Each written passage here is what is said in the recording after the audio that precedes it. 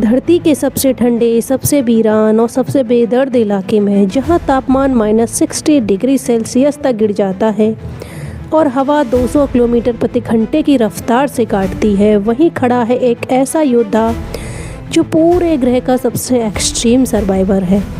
और ये है एम्परर पेंगुइन, बर्फ़ का राजा, जिसको कि लोग अंटार्कटिका का सच्चा सम्राट भी कहते हैं। पहली नज़र में ये छोटे गोल मटोल बर्ड्स आपको प्यारे ज़रूर लगेंगे, लेकिन असल में इवोल्यूशन एक ऐसा मास्टरपीस है जो प्रकृति की हर परीक्षा को, हर सीमा को, हर चुनौती को पार कर जाता है। एम्परर पेंगुइन की लड़ाई सिर्फ बर्फ से नहीं, बल्कि हवा, भूख, अंधेरे और अनंत सर्द रातों से है।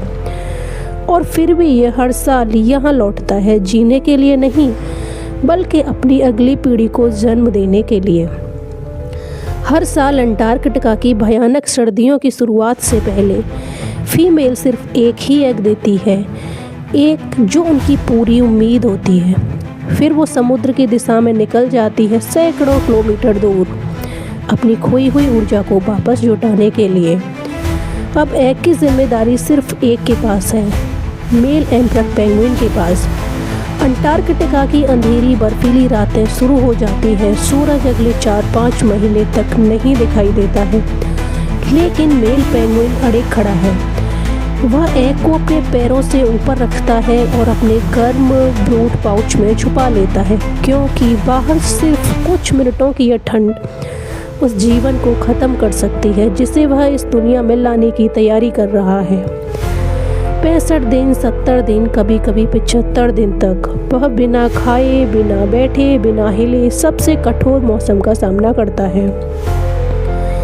यह धरती के किसी भी जीव द्वारा किया गया सबसे कठिन पेरेंटल ड्यूटी है।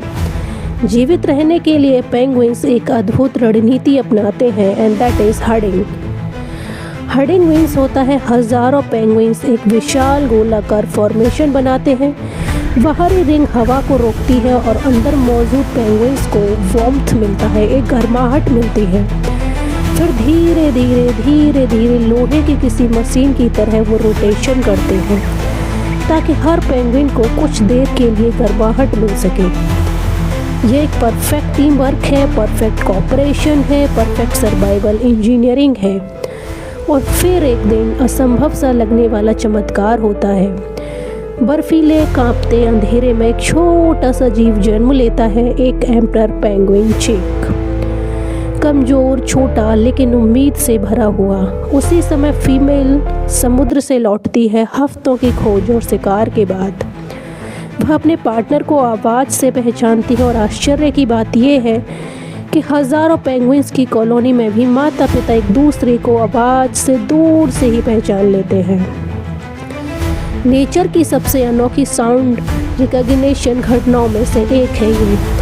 अब दोनों की जिम्मेवारी शुरू होती है अपने बच्चे को जीवित रखने की। फीमेल चिक को फीड करती है और मेल फाइनली समुद्र में वापसी कर अपनी भूख मिटाता है। पानी के नीचे एम्परर पेंगुइन एक नया रूप सामने आता है, तेज, स्ट्रीमलाइन और अजेय।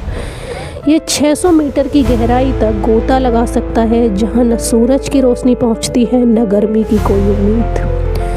20-25 मिनट तक सांस रोकना, जबरदस्त दबाव झेलना और 40 किलोमीटर प्रति घंटे की स्पीड तक तैरना, यह सिर्फ काम करने के लिए नहीं, बल्कि अपने बच्चे के लिए खाना लेकर आने के लिए करता है। और जब गर्मी लौटती है अंटार्कटिका की बर्फीली रेगिस्तान में, हजारों चीक्स अपने पेरेंट्स की आवाज़ को पहचान कर भीड़ में अपना रास्ता ढूंढ लेते हैं। कुछ महीने में ये छोटे से फ्लफी चीक्स अपने पेरेंट्स की तरह ही खड़े होते हैं, बर्फ़ के साम्राज्य के नए एम्परर बनने के लिए तैयार होते हैं। एम्परर पेंगुइन हमें याद दिलाता है कि सच्ची ताकत आकार में नहीं, बल्कि त्याग, धैर्य और एकता में होती है। यह कहानी है उसके साहस की, उसके परिवार की और प्रकृति की सबसे खूबसूरत लड़ाइयों में से एक, जीवन और आशा के बीच की लड़ाई। ये है एम्परर पेंगुइन, धरती की सबसे महान सर्वाइवर।